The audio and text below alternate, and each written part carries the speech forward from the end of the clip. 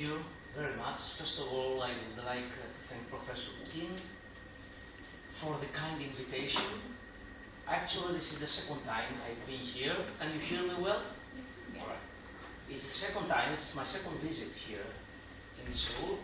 The first one took place 3 years ago, and it was a wonderful experience. I gave lectures both to SNU, the University, Seoul National University, and the Hankook University. I made many friends. Before 7 or 8 months, a bunch of students from Seoul National University visited Greece. They organized a trip all around the Greek monuments in northern Greece and southern Greece. And I had the chance to take them around. We built strong friendship, and I can say that there are really many historical bonds between the Greek people and the Korean people ever since Greece sent its troops to participate in the Korean War before about half a century and more. So there are monuments about commemorating the Korean War and the Greek participation in it, both here as well as in Thessaloniki and Athens. So I already feel like home, I could say, after my second visit. So it's nice to see you all. And let's now turn to the topic of my presentation, which is the origins and the legacy of the Greek alphabet, from linear scripts to Latin. The study of pre-Greek scripts encompasses a rich and complex history of writing systems that were used in the Aegean region before the emergence of the Greek alphabet in the 8th century. These scripts represent some of the earliest forms of written expression in Europe, providing critical insight into the development of literacy and administration in the ancient Aegean world. The major pre-alphabetic scripts include Cretan hieroglyphic, linear A and linear B. Each of these systems demonstrates a unique evolution of writing, influenced by earlier Near Eastern traditions, which also exhibit distinct local innovations. Except for linear B, which was deciphered by Evans and Chandwick in the 50s, and clearly encodes Mycenaean Greek, all the rest pre-Greek scripts, that is the Cretan hieroglyphs and the linear A, that predate or even coincide with linear B, remain undeciphered, despite hundreds of serious but largely speculative efforts made thus far to decode their ideograms and phonetic signs. So, the oldest writing system among the pre-Greek scripts is the Cretan hieroglyphic, an exclusively pictographic script found primarily on the island of Crete and associated with the Middle Minoan period. This marks a pivotal era in Minoan civilization, since it was a period of dramatic cultural, architectural, and economic development characterized by the emergence of the first palaces at sites like Knossos and Festus, and the construction of multifunctional complexes for administration, religion, storage, and possibly elite residence. The increase of administrative needs during that time is supposed to have driven the invention of a writing system which appears inscribed on clay tablets, seals, and vessels used for commercial and religious purposes. This script, known as Cretan hieroglyphic, comprised roughly 100 symbols,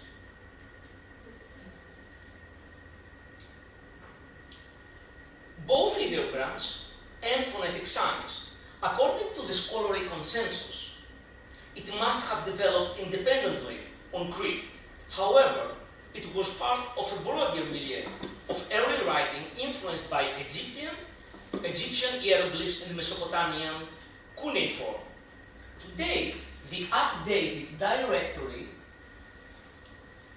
of Cretan hieroglyphs consists of 96 syllabograms that denote sounds, with 10 of them also serving as logograms, representing whole words or parts of words. In addition, there are 23 logograms that denote 4 levels of numbers, units, tens, hundreds, thousands, 9 symbols for fractional numbers, and 2 signs for punctuation. Cretan hieroglyphs ceased to be used around 1700 BCE during the transition from the First Palace period to the Second Palace period of Minoan Crete. Although there is no concise explanation of the historical context of this cessation, the destruction of the first palaces in 1700 after a major natural disaster, likely an earthquake or a series of earthquakes, is commonly referred as the main reason, inasmuch as the Cretan hieroglyphs were mostly used in their administrative centers for sealing goods and record keeping.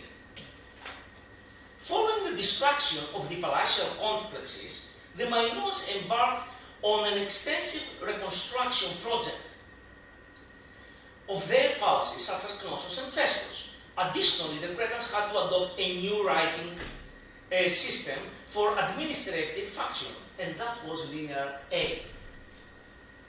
This is a syllabic script derived in part from the Cretan hieroglyphic, whose origins, as we have just seen, were rooted in the unique socio-political structure and the palace-centered economies of Minoan Crete.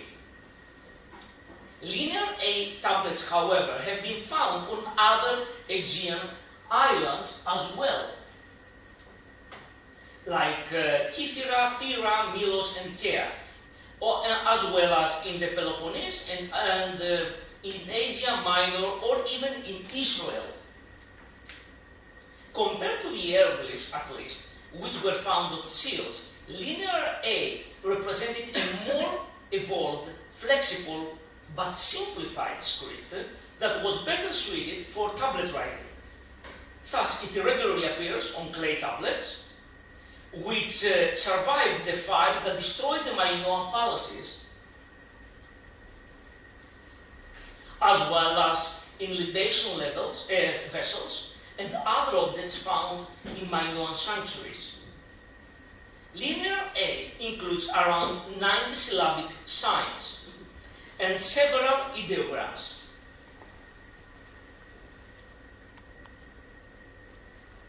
Most of them exhibit a more streamlined and linear form, as you can see.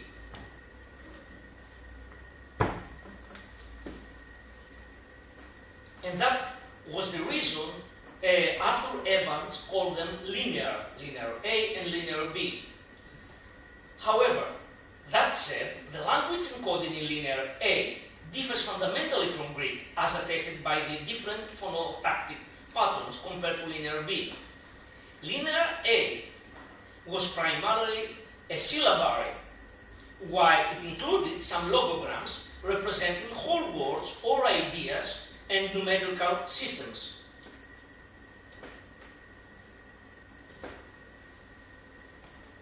Most of its 90 syllabic signs represent either open syllables, pa, ka, tu, or pure vowels. This is to say that there are no signs for closed syllables, consonant clusters, or final consonants. Some linear A syllabic signs resemble, of course, linear B, as you can see. Oops, sorry. As you can see, there is a comparative map here. They may have the same phonetic value, but values are not guaranteed to match always. Linear A also includes ideograms for commodities. That's a very representative map. Grain, wine, olive oil, and wool. Animals such as goat, sheep, bull. And containers such as jars, cups, amphorae, and so on. Furthermore, there are many symbols in linear A whose sound and purpose are unknown. 80% of those signs are not found in linear B, and this is very important. These usual, unusual, and rare patterns confound translation attempts, making it very difficult to crack linear A. This is why it remains undeciphered. Though it is presumed to represent a pre-Greek, non-Indo-European language, sometimes referred to as Minoan. At any rate, linear A served as a prototype for another writing system towards the conclusion of the Bronze Age, the Cypro-Minoan, which was utilized by the pre-Greek population of Cyprus. I will close this short introduction to the pre-Greek scripts with what has been usually referred to as the enigma of the Minoan script. You can see here the Festus disc. This artifact, which has been aptly characterized as an enigma, it's a circular tablet with 15 centimeters diameter, discovered in 1908 at the Minoan Palace of Festus on Crete. Both of its sides are imprinted with symbols, totaling to 242 discrete impressions that are arranged into 61 sign groups. Scholars generally agree that the inscription is meant to be read spirally, beginning at the outer rim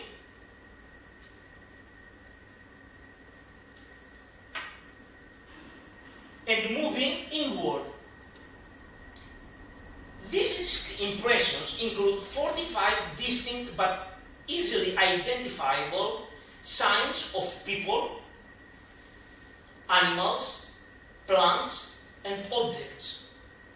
These are too many to represent an alphabet, yet too few to support a purely logographic or ideographic system, such as Chinese, for example. So, as a result, the disc has generated more commentary than any other Minoan inscription. Much of this output lies outside the bounds of rigorous scholarship, underscoring the need for methodological caution. It's not linear A, it's not linear B, but we don't know what exactly it is. Some people have even suggested that it doesn't represent a language system at all. It may be a board game. Now, let's move now to linear B. Now, as observed thus far, linear A was primarily used on Crete and various Aegean islands. From approximately 1800 to 1400 BC, and was associated with the Minoan civilization, its rich culture and administrative centers. Against this background, linear B must have emerged slightly later, after 1400 BC. It is derived from linear A, of course, but was adapted by Mycenaean Greeks to write an early form of the Greek language. This adaptation occurred in the 13th century BC, the time of Mycenaean expansion into Crete, following the decline of Minoan dominance. The Mycenaean Greeks adopted this new script, mainly for administrative use in palatial centers such as Pylos and Mycenae. Linear A-B tablets were first discovered at Knossos, of course, by Arthur Evans. Despite his copious attempt to decipher the script, linear B remained unreadable because its language and phonetic values were unknown. The breakthrough came some 30 years later in the early 50s, through the work of Michael Vengris, as we have just seen, an English architect and self-taught linguist, with significant scholarly support from John Chandwick, a classical philologist. Vengris was the first to hypothesize that Linear B encoded a syllabic language and suspected that it might represent an early form of Greek, despite the widespread belief that the language of the tablets was unknown or non-Greek. With marvelous insight, Vengris analyzed patterns of sign repetition, identifying place names and comparing signs to known syllabaries. He used place names known from later classical sources as anchors. He identified these names in the tablets and this allowed him to assign phonetic values to signs and test whether the resulting language was Greek. Nowadays, the scholarly community acknowledges that Linear B is a syllabic script consisting of about 87 syllabic signs and over 100 ideograms. Each sign represents a syllable that is either a vowel or a consonant and the vowel. The decipherment demonstrated that Greek was spoken in the late Bronze Age Aegean, providing linguistic evidence for the continuity of Greek-speaking populations in the Aegean from the late Bronze Age period until the classical period. The language preserves archaic forms of words and grammar lost in later dialects, but recognizably Greek in vocabulary and structure. I have some here. You can see the numerical system of Linear B. But what is most impressive is the fact that we were able to understand that this was a Greek language, Linear B, in contrast to Linear A. So you can see some words here, like kimino, which was the kimino, the coming in English. Another word is kunaya, yinea, yini, woman. That's ancient Greek, by the way. That's the Linear B. Its pronunciation during that time and the pronunciation of the same words in classical Greece. The most famous is pate, syllabic. We have only two symbols here. Pa, te, they're representing two syllables. So this is the word pater, pater, father. Okay? So, to, ra, ke, three symbols again. Thorax. You know what thorax is, I guess. So, but there are many other very stimulated examples, for example. Let's see what is, the one I like more is axones. Here, axis. Tripods. Tripode. Tripode. Four syllables. Tripode. Tripods. Tripod. Tu-ka-te. Thugater. In ancient Greek, in classical Greek, daughter. Okay. Kowo. Kowos, boy. Anyway, I have to move, but look at this, which is really, really funny. So, we have other words now. Logograms. Not words, logograms.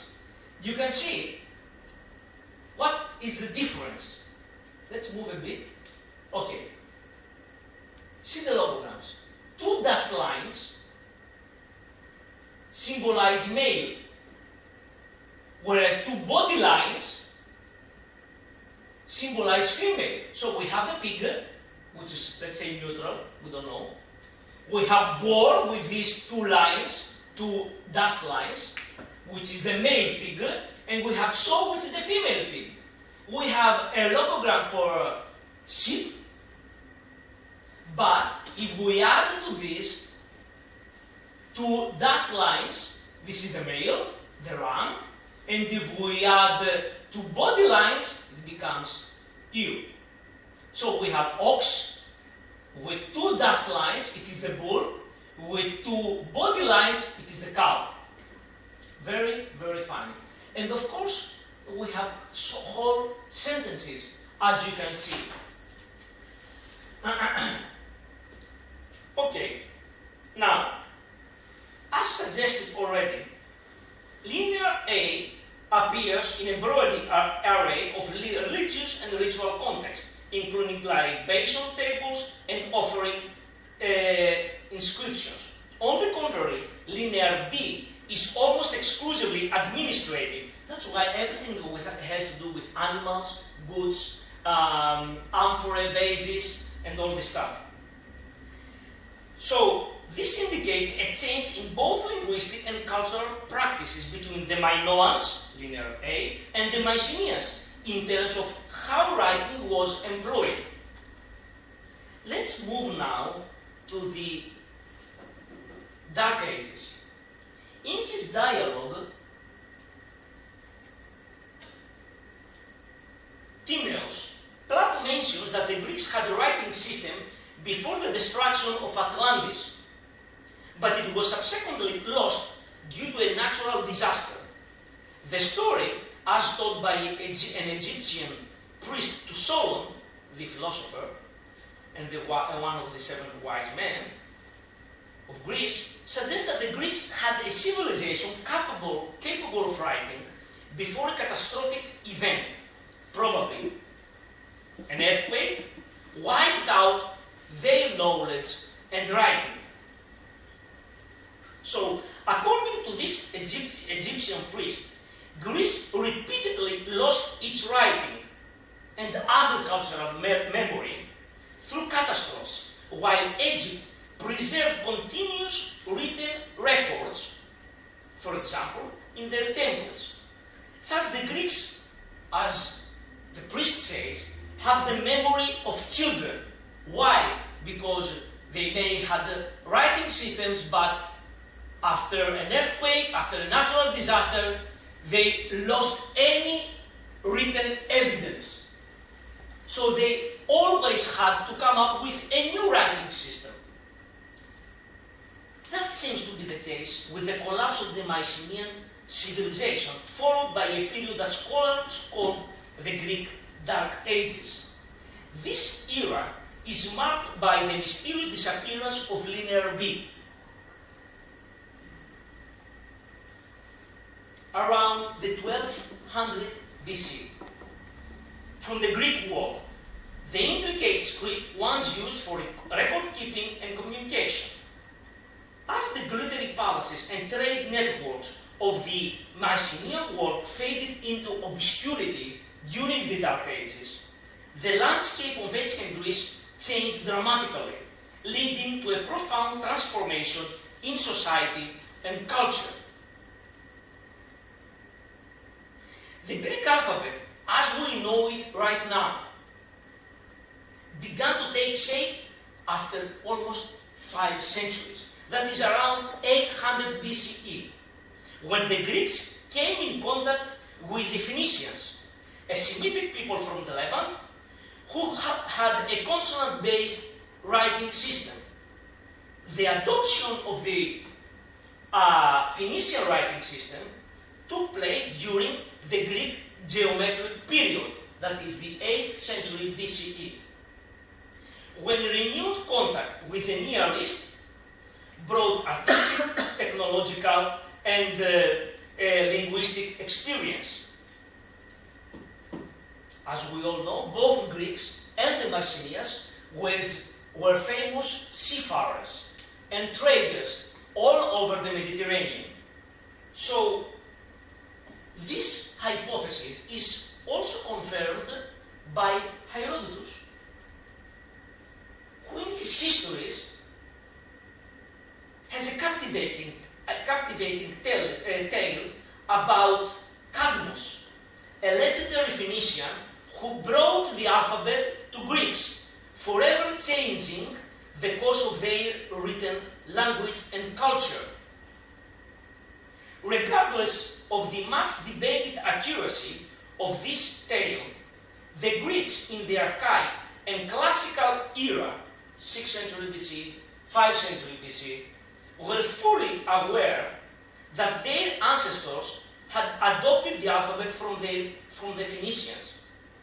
A fragment from the ancient Athenian poet, philosopher, and political leader Critias puts it very frankly.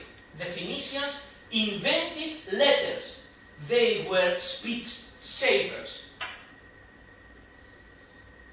Further archaeological evidence suggests that the Greeks came into contact with the Phoenicians through trade, colonization, and cultural exchange in Eastern Mediterranean during the early first millennium BCE. Now, let's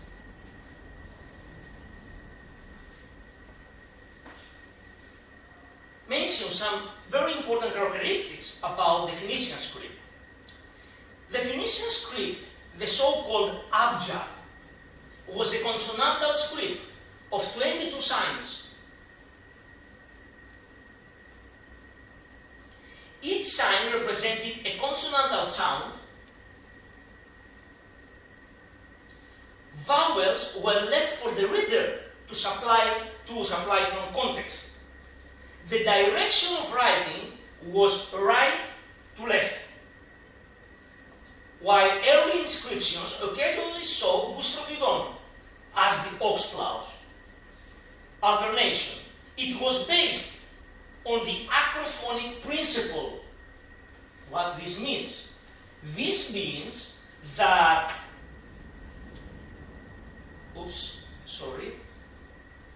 here we are. This means what? It means that letter names began with the sound they represented. Aleph, Beta, Gimel, and so on.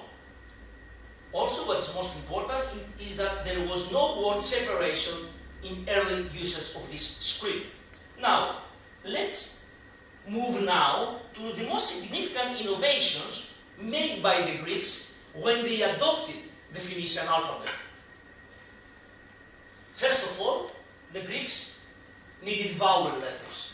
Thus, they kept the basic letter shapes and order, but they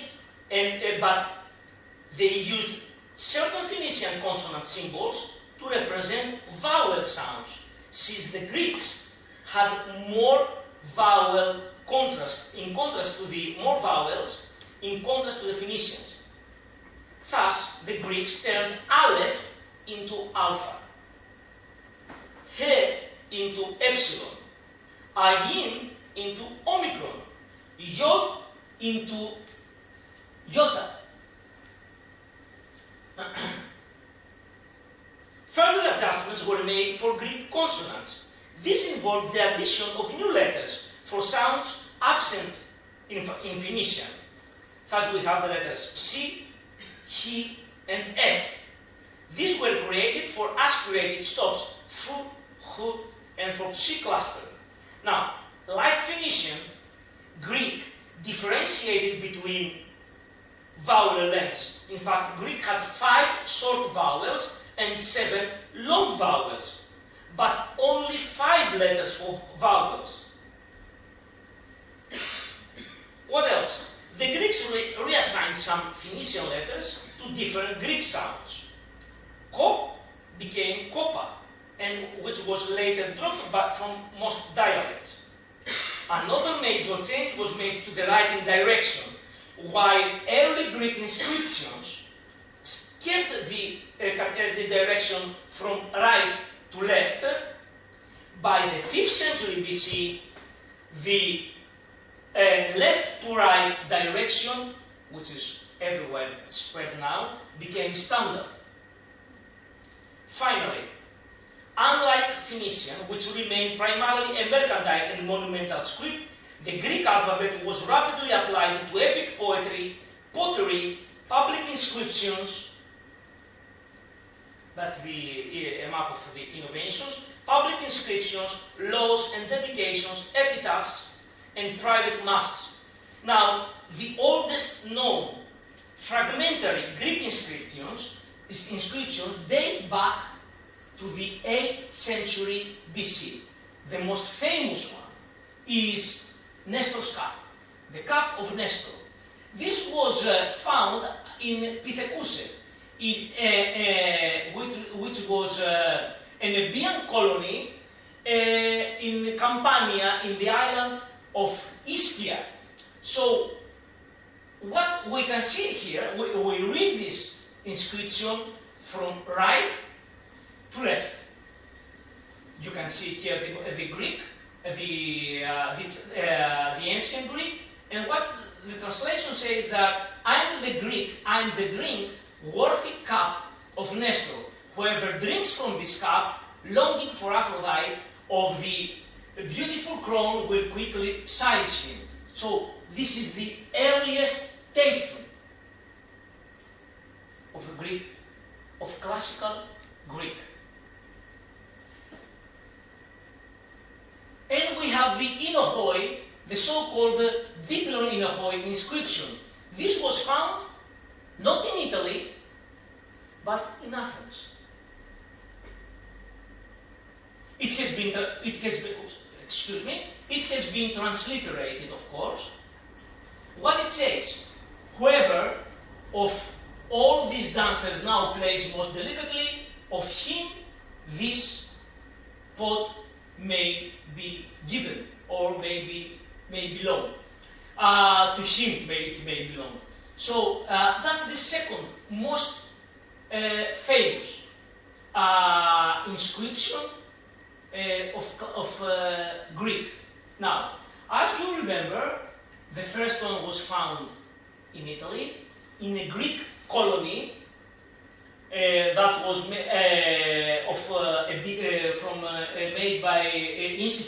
founded by people from Ebia in Greece, and the other one, of course, it was found in Athens. Now, there were two basic variants of the Greek alphabet. First of all, we have the Ionic alphabet, which was spread in northern Greece and Asia Minor, and of course in Athens, and a part of Peloponnese. That's the Ionic Greek, and that's the Greek that were used by the Athenians to write their poems, their tragedies, and that's the Greek we use even in modern Greece until our days. But there was another variant, which, as we just said, dominated specific places in Greece, like Ebia, Peloponnese, and all the Greek colonies in Italy. And this is very important, because from the so-called Ebian alphabet or Chalkidian alphabet or Western alphabet, we have several names for this alphabet. Okay, came the Latin alphabet after several adaptations made by the Etruscans, as we shall see. So remember, we have the Attic variant, or Ionic variant, or Corinthian variant, the alphabet that it's still used by the Greeks, and that's the alphabet which was used from all the Greek poets in the classical era. And we have the Western alphabet, the Kume alphabet, the Ebian alphabet, the Chalkidian alphabet, that's which dominated, which was spread all over Italy, because the Ebians, the Chalkidians, moved from this part of Greece to Italy and to Magra Graecia, and they founded many colonies. Now, there are some very interesting differences between the Ionic alphabet and the Chalkidian alphabet. You can spot them here.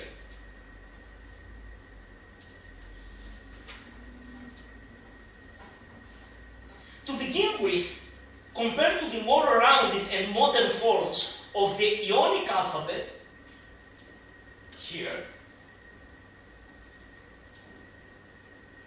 letters of the Chalkidian alphabet were more fashion shapes which were closer to Phoenician forms. Moreover, while the Ionic Greek used separate signs for aspirated consonants such as phi, he, and psi, the Chalkidian variant used X. That's why the letter he in the Ionic alphabet became X in the Chalkidian alphabet and later on in the Latin alphabet. There are many others differences as well. For example, the letter zeta is often missing in the Chalkidian alphabet because actually they didn't need this sound. Similarly, the letter psi disappeared because the Chalkidians used separately letters P and S. Okay, so it existed for some period, but after a period it disappeared. Both F, both psi, these letters did disappear. Okay, so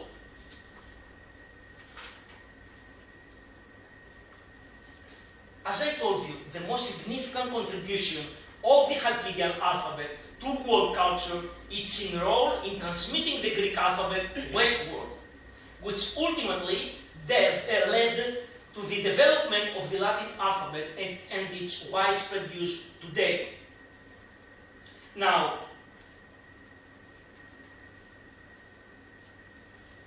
the key intermediaries between the Greek and Latin alphabets were the Etruscans, an ancient civilization in central Italy who flourished from 700 until 400 BC. These people inhabited Etruria, that's modern-day Tuscany, for those of you who have been in Italy, before the Roman expansion in Latium, forming a federation of city-states which adopted the Western Greek alphabet, the Chalkidian alphabet. So all these cities are Etruscan cities which adopted the Chalkidian alphabet, which was used basically here in the colonies of Ebian people.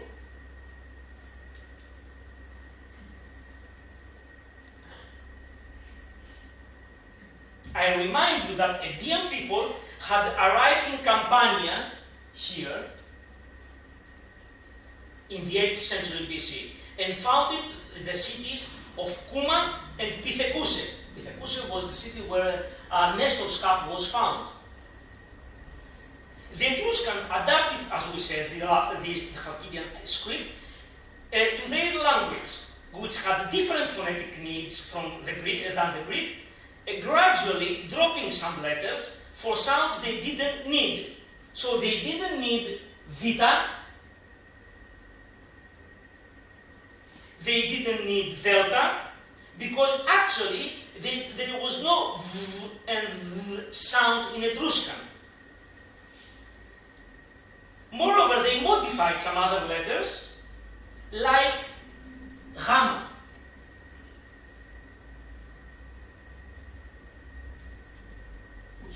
Sorry. This is gamma from Ebian Greek, okay, and it gradually turned into g, t and g, which survived into Latin, as we have it right now.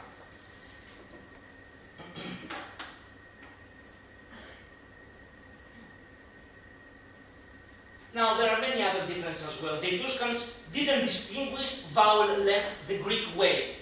So the prosody in Latin is different, as you know, compared to modern Greek, to ancient Greek.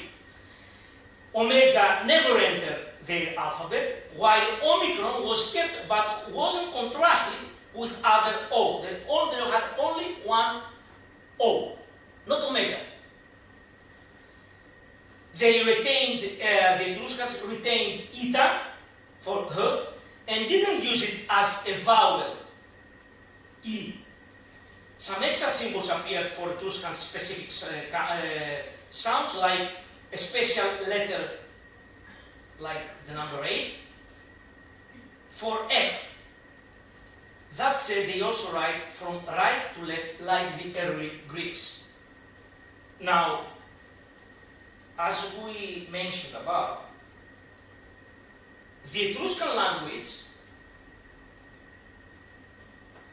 was used by the Etruscans who settled in Latium in the 8th century BC, and by those who involved in trade and at emporia throughout the Mediterranean. The Romans, who were originally part of the Etruscan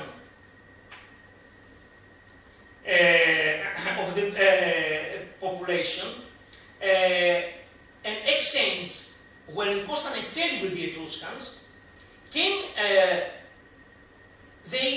at some time around the 5th century BC, they made the revolution. They expelled from Latium the last Roman king, the last king who was Etruscan, and that was Tarquinius Superbus.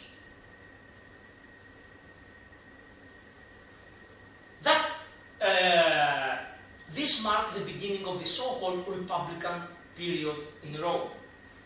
The Romans borrowed and adapted the Etruscan alphabet to create the Latin alphabet, modifying further to suit the Latin language. The earliest Latin inscriptions date to the 6th century BC. The most famous one is the so-called Duenos inscription. This is written from right to left in 3 vases adjoined by 3 clay struts. Thanks to Duenos' inscription, we know that the early Latin alphabet had 21 letters. Following the adaptations made by the Etruscans to the Chalcidian alphabet, the Romans added for good the letter G by splitting C and G. This crucial addition was probably made during the 3rd century BCE. At that time, or even earlier, the Romans removed Z as well for good. Because, as I said already, the sound of Z wasn't needed in Latin language. They only used it when they wanted to transliterate and pronounce a Greek word.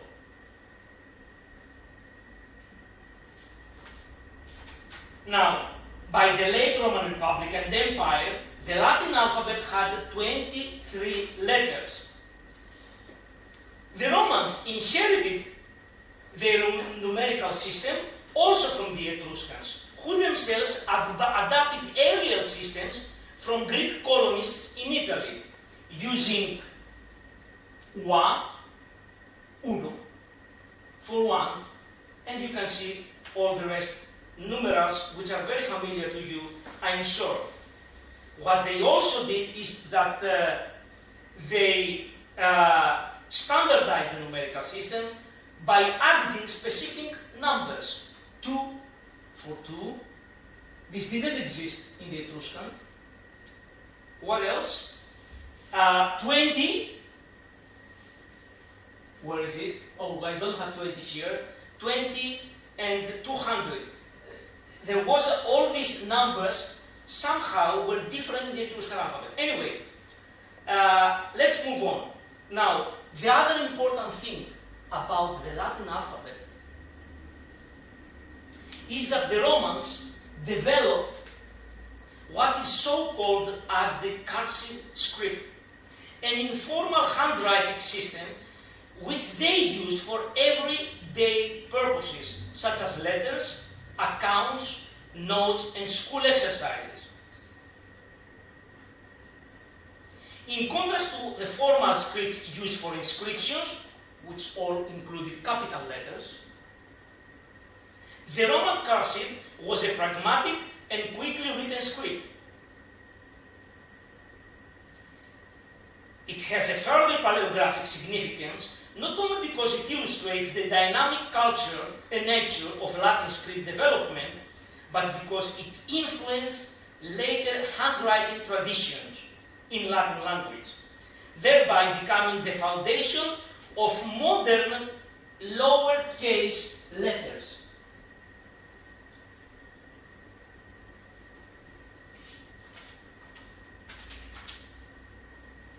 Over time, the Latin script dominated, and it somehow was spread everywhere in Europe. This transformation from the Etruscan alphabet into the Latin alphabet was very critical. Today, the Latin alphabet is the most widely used writing system in the world, adapted for hundreds of languages, as you may see. In dark green, we see countries where the Latin script is the sole main script. In light green, we see countries where the Latin script coexists with other scripts. In this map, only Greece and some other places in Asia are left in white. All the rest of the world is using the Latin alphabet. To sum up, the trajectory of the Latin alphabet from its origins in the adaptation of Phoenician consonantal system to its transmission into the Latin script represents a pivotal moment in the cultural history of the ancient Mediterranean. Earlier Aegean systems, Cretan hieroglyphic, linear A and linear B, had remained confined to narrow administrative or ritual functions accessible to a limited scribal class. The Greek alphabet, however, by innovating a full notation of vowels, transformed writing into a medium of universal application.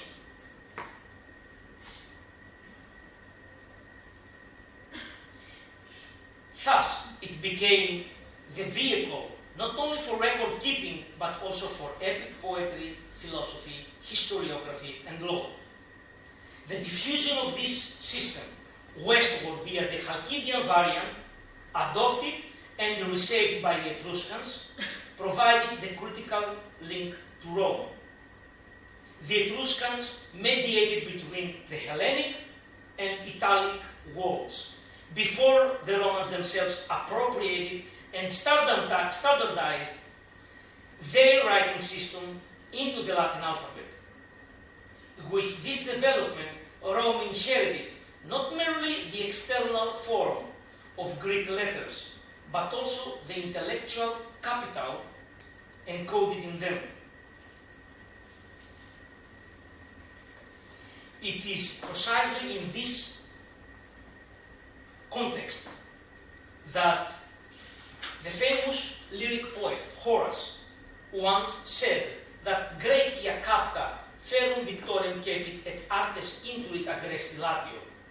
This means that Greece, even though conquered militarily, it conquered Rome through the arts, sciences, and letters, among which its alphabet, obviously, was the most enduring heritage. Roman law, historiography, and literature were all inscribed in a script whose origins lay in the Greek adaptation of Phoenician script alphabet. In this way, the cultural victory of Greece transcended political subjugation, embedding itself in the very characters with which Rome articulated its own identity. The Greek alphabet thus constitutes more than a writing system. It is a cultural bridge linking the fragmenting syllabaries of the Bronze Age with the Latin script that would dominate medieval and modern Europe. It embodies both rupture and continuity, conquest and assimilation.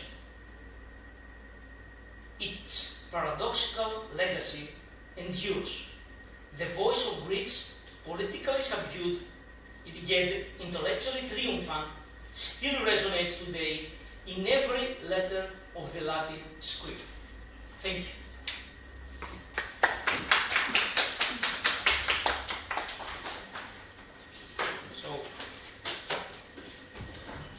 Thank you so much for your speech. It's great chance to have learn about the long history of the Greek alphabet and its influence to Latin alphabet to the world in modern times. If you have any questions to discuss, please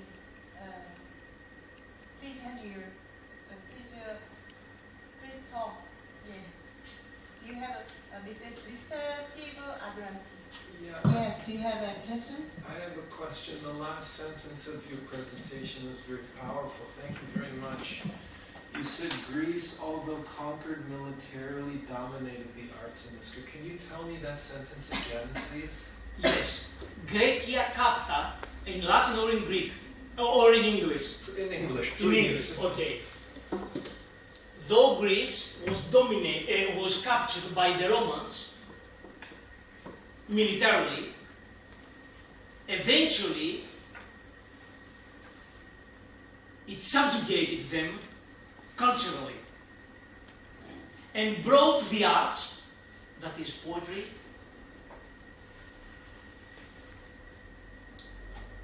architecture, and so on, and brought the arts into Latium.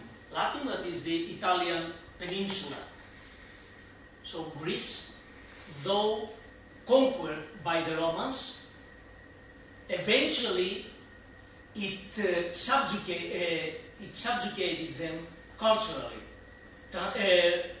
transferring the arts, poetry, philosophy, architecture, into the Latin peninsula.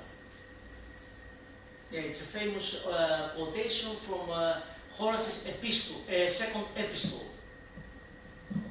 And so, you see, the Romans didn't mind accepting that the Greek heritage, even though they, in less than a century, they managed to conquer one by one all the Hellenistic kingdoms of Alexander the Great, with the left one being that of Alexandria, the Ptolemies. So, and this poem was written, this epistle was written in around the end of pre-Christianic period. So, Horace was a poet who lived in the age of Augustus, the first Roman emperor, and the one who conquered Alexandria, the Hellenistic kingdom. Yeah, I would like to also mention the period of Hadrian. Yes. The so-called the second sophist. Second sophistic, yeah. Right? Yeah. That is the second century. Yes. Could you explain the influence of the Greek letters, especially Attic letters to Roman Imperium? Yes. Yes. In the period, the Roman wanted to learn more Attic. Attic. Yeah. Okay. And after the period, what happened to Roman culture? Still they love Attic culture. By that time, by Andreas' time, or even by the time of what is called the Silver Age of Latin literature, that is from the successors of Augustus, Tiberius, Claudius, until Nero. By that time, the Romans had already their own classical poets, so they didn't need anymore to turn to Greek literature, because during the previous century, the most famous Latin poets came to surface. For example, Virgil, Horace, all these poets became classics So the Romans, they may have adopted the Greek alphabet, okay, they also acknowledge their debt to the Greek literature, but that was until the time they turned to the Greek literature. By the end of the 1st century BC, they had their own classical poets and philosophers. So they needed no longer to turn to the Greek principles. So that's why, from that time onwards, the Romans perhaps developed their own culture even more distinctively. Yes.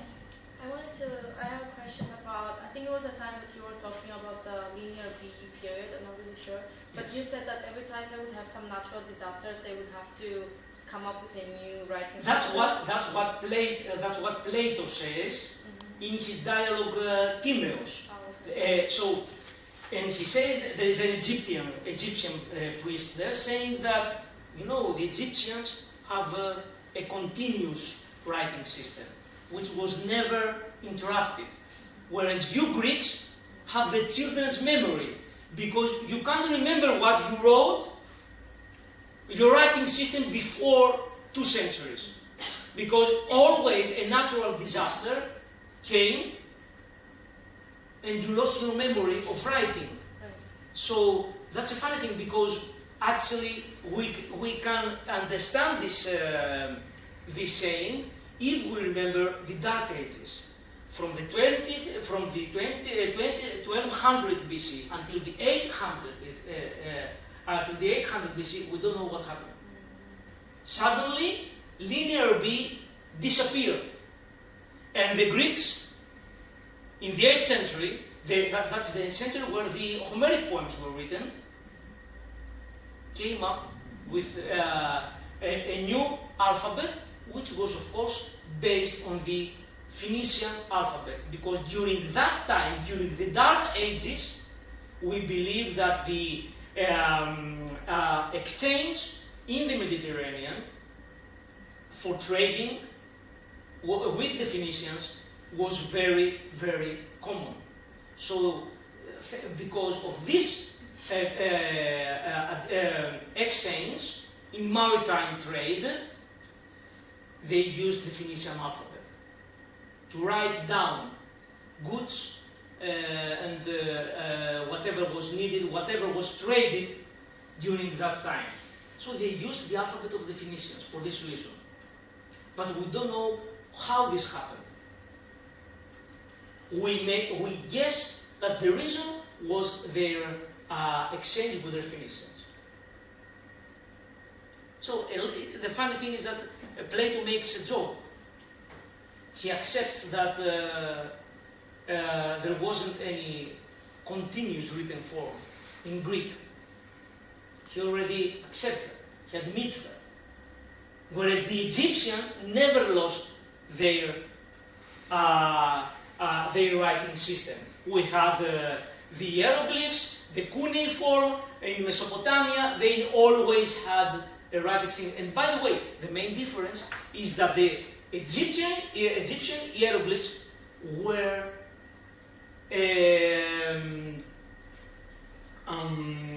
deciphered. The Cretan hieroglyphs, the linear A, was never deciphered. It's still a riddle for the philologists and the scientists. The cuneiform has been also deciphered. The problem is obviously that we don't have so much evidence of linear A. The Festus disc is a very independent case. We don't know. We have no clue what it is. It's only pictographic. It may be a writing system. It may be something different, a board game. We don't know what it is. But it seems that we will never manage to decipher linear A in the Cretan hieroglyphs.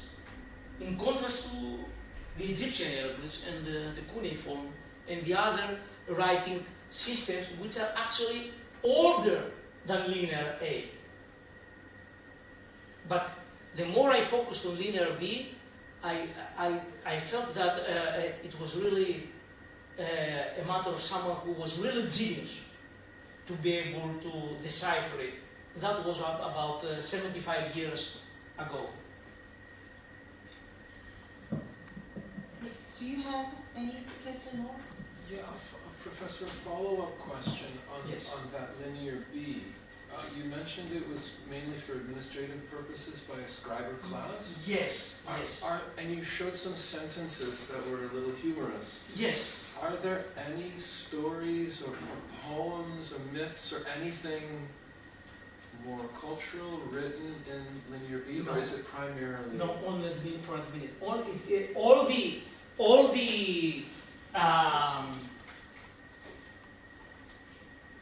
All the sentences we have, if we go a bit back, once again.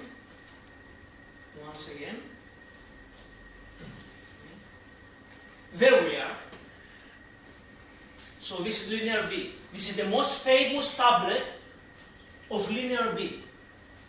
The most famous one. It's called the Pylos tablet. Pylos is the place of Nestor's palace. You know that, in Peloponnese. It was found there. So, what do we have here? Now, let's move directly to the translation. What is mentioned here? Boiling pans with running spiral patterns. Some words are not weren't understood still. True brazier tongues, shovels 6. Brass, fire tongues, fire rake. One round brazier with feet, one round brazier with an istos. Still, some words are not translated. We know what the syllables are, so but we can't attach it to a classical Greek word. Tripod cauldron of Cretan workmanship. Τυριπο και look. Tiripo, kere, or I think it's this way actually. Okay, tiripo, kere, that's words for Crete. Weke, workmanship. One tripod cauldron of Cretan workmanship. So everything had to do with, and actually this makes sense because the first piece of literature we have is the Homeric poems. And this dates back to 8th century. By the 8th century, the Greeks have adopted the Phoenician alphabet. Of course, I remind you here that Homer recited his poems. The Homeric poems were first written down in 5th century BC during the tyranny of Pisistratus. So at that time, the Homeric poems were written as we have them right now. And of course, the language was classical Greek, and more specifically, it was the Attic Greek, the Ionic Greek. That was the language written, used for all the Greek literature. All the Greek literature. In Italy, we have the Chalcidian variant, which was adopted by the Etruscans and then by the Romans when the Etruscans disappeared. So that's the thing. Yes, the linear B there's no literature at that time. There's no literature. We have another question from our student. Yes. Is there a reason why ancient Greek people wrote right to left and why they started to write left to right? a good question. So, let me think. I think the Arabic still is written from right to left, right? Huh? No. Keep going. If am I right? Okay. So the same goes with the Phoenician script alphabet, at least at the beginning. So I don't know what really happened, because even the Greeks initially they wrote from right to left. The first Greek inscriptions are read from right to left, following the tradition of the Phoenician alphabet and so on. Suddenly they changed that. I don't have a good explanation for that, but there may be a good one. But I don't have it. I don't know why. And I think that we can only speculate on such issues.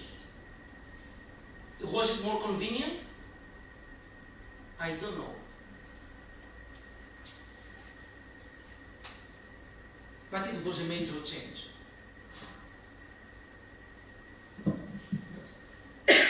Do you have any idea about that? It's a good thing to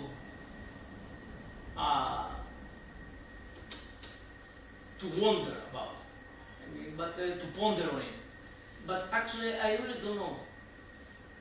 But some people are still writing. All the Arabs are writing from the right to left, right? Yes. Which for us seems very difficult. Even when you read Arabic, it's quite difficult. But everything. Yes. It's possible. Any more questions you have? How about writing direction or Hmm? structure? Writing? With the Arabic lecture, so maybe it comes becomes writing something like structure. All right. So I'm wondering about how do they differ from the Arabic lecture that he asked already. So because they are use the Latin language which in region Asia, Middle Asia. Yes. So I'm wondering why they differ from the Latin alphabet because they don't use the letters. So I think it's a kind of find the structure or something like the meaning. So you mean that the alphabet is the crucial difference? Everyone who used the alphabet, either it was the Phoenicians first, either the Greek to follow, or the Latins to follow, just because it is quite different from all the other scripts, which are not called alphabets, of course. This made them change the direction of the letters, whereas the other scripts, which still exist in Asia, right? But I don't know. The Chinese, I think, write from left to right, right? So only in the region of Middle Asia, let's say, Arabia, and this. I don't know the Farsi, whether they are also. I don't think so. Ancient China wrote right to left. Ancient China Right? wrote right to left. Right to left. Yes, but this way. Yeah, vertical way. This. From But top not to down. also now, Not now, but Not now. ancient. Yes. but in the past. Yes. In the past. Yeah, they write. Yes. We found it very interesting to research more. Okay. Anyway, I have a question. In the two cases of early of the Greek alphabet, this Epsilon, Yes. Unicoi, and Nestor's Cup, the script means this the script shows some magical power of divine, I think. Because Yes.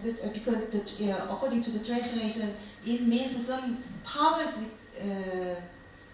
will affected to the owner of the cup, and then it gives any implication. The letters, script, which came from the Dark Age, it has some divine power or magical power. Yes, all these artifacts were deeply connected with ritual. We know that. So, ritual practices, at least during that period. These date back, both of them date back to 8th century BC. This is the first time we find the Greek alphabet. And not accidentally at all, this is also the time Homer composed his poems orally. He didn't write them, but this was the time Homer composed his poem, and this was the time we have the first inscriptions of Greek alphabet. It's very interesting because at the first time when Greek alphabet showed in Greece, the script was very not common to every person, and some people only use the Greek alphabet, and it might have some secret power or magical power. It gives them other meaning. Yeah. What is for sure is that only well-off people, only people who worked, who lived in the palace complexes, they could always write and understand either Mycenaean Greek or the Greek alphabet. We may guess that this wasn't accessible to everyone. Not many people could read that. Of course, as time passed, we have more pottery, we have figures of myth in pottery, and this shows, of course, that Greek was now more familiar to everyone.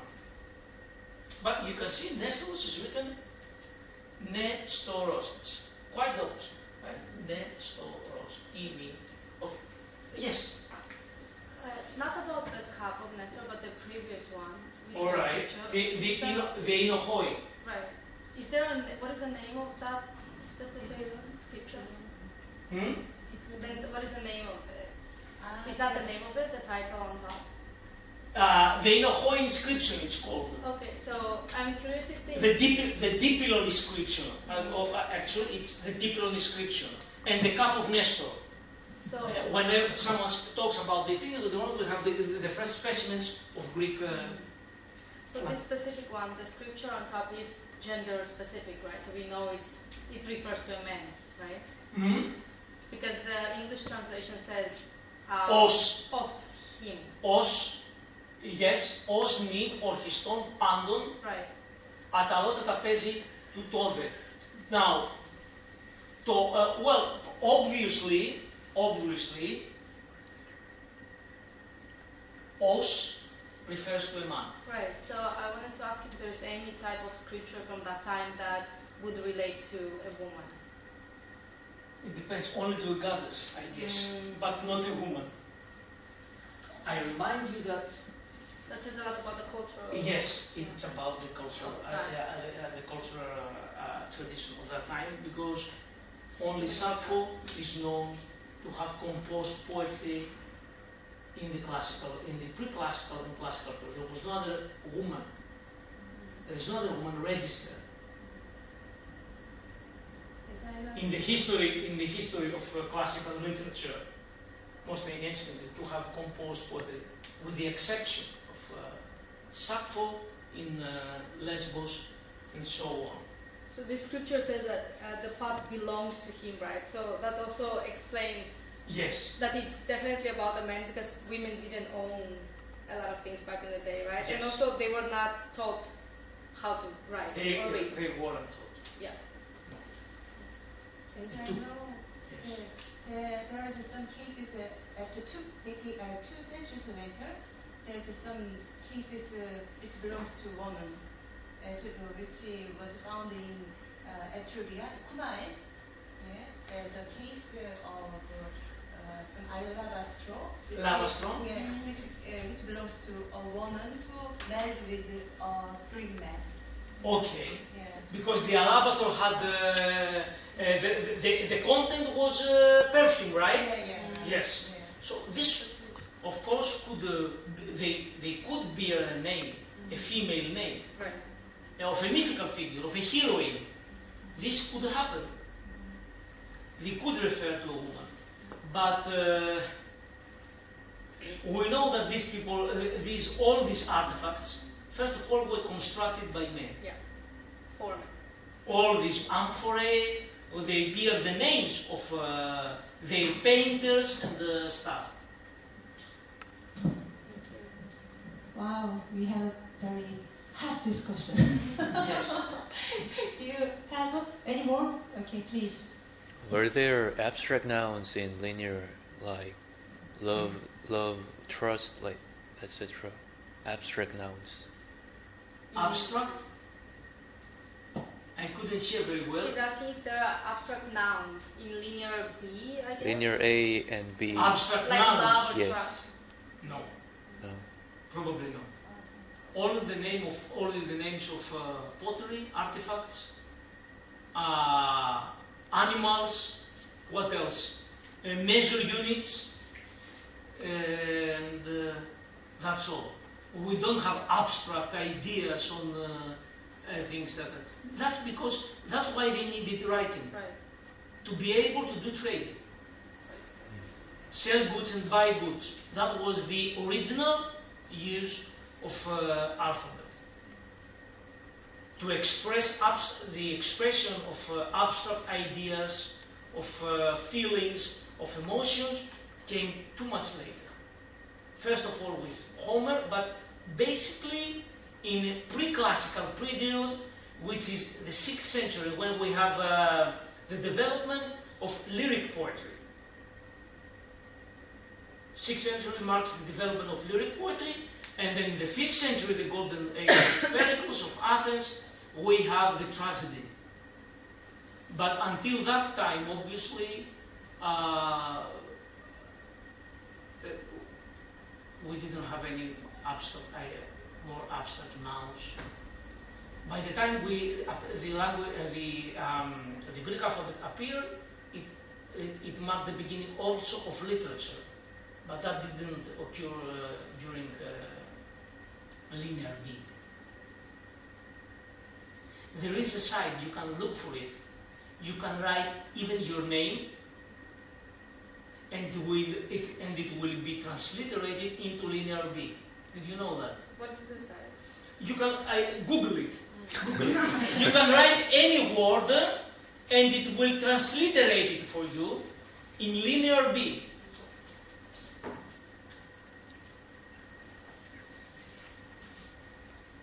Look for it. Any word. Did you find it? I think. Is it polytranslator? I guess it's polytranslator. Polytranslator. I guess so. Let me see. That's what I got too. Yeah. It's the first one that comes up. Yeah, you can write your name and it gives you Yes. some symbols. Yes. Poly. Translator. Yes.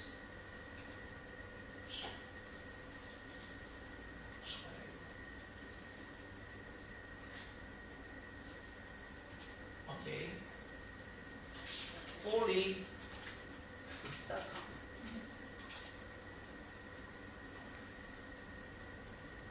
Yeah.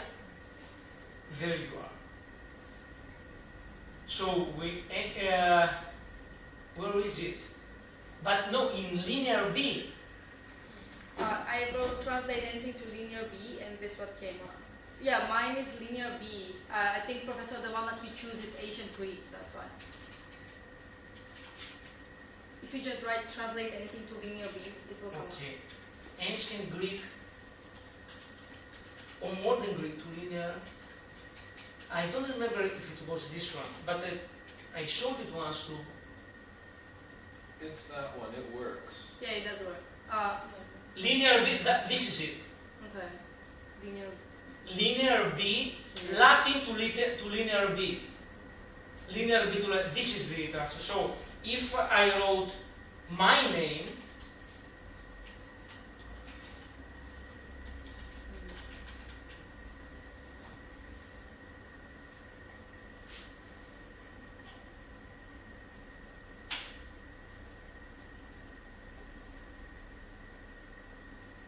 no? I think it works, but I don't know. Now I'm making something wrong.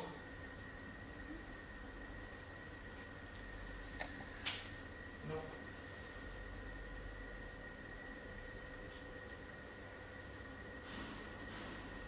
Latin to linear.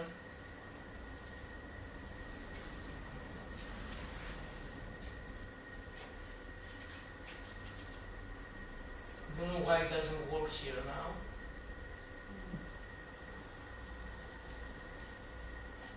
Maybe not that one. The one that I found works though. It works. What's You can translate anything to linear B. all right? And the first thing that comes out works. Or I think you have to write Yes, in the small letter. Yeah, the first one. Yes. This one? Now it's linear B, yes, not ancient Greek. Yes. So here you can write your name. Yes. Yeah. Yes. So that doesn't mean that such a word existed Yeah. in a linear B. That doesn't mean that, but it means that you write a word that consists of syllables, Right. and the translator, the translator takes the syllables. He has the map, the syllabary map, and he translates everything. So there, I think, if I write my name,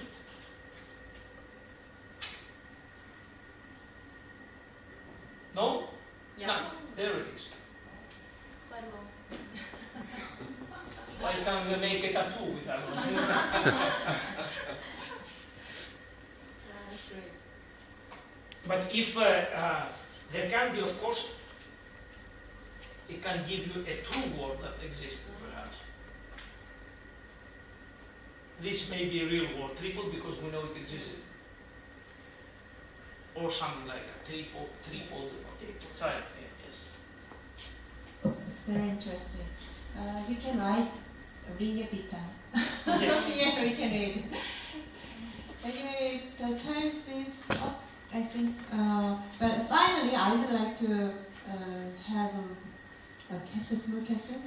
There was 3 types of Greek alphabet in the early times. What happened to Cretan alphabet? That was very local disappeared. alphabet. Uh-huh. That was another variant. Uh-huh. It was disappeared?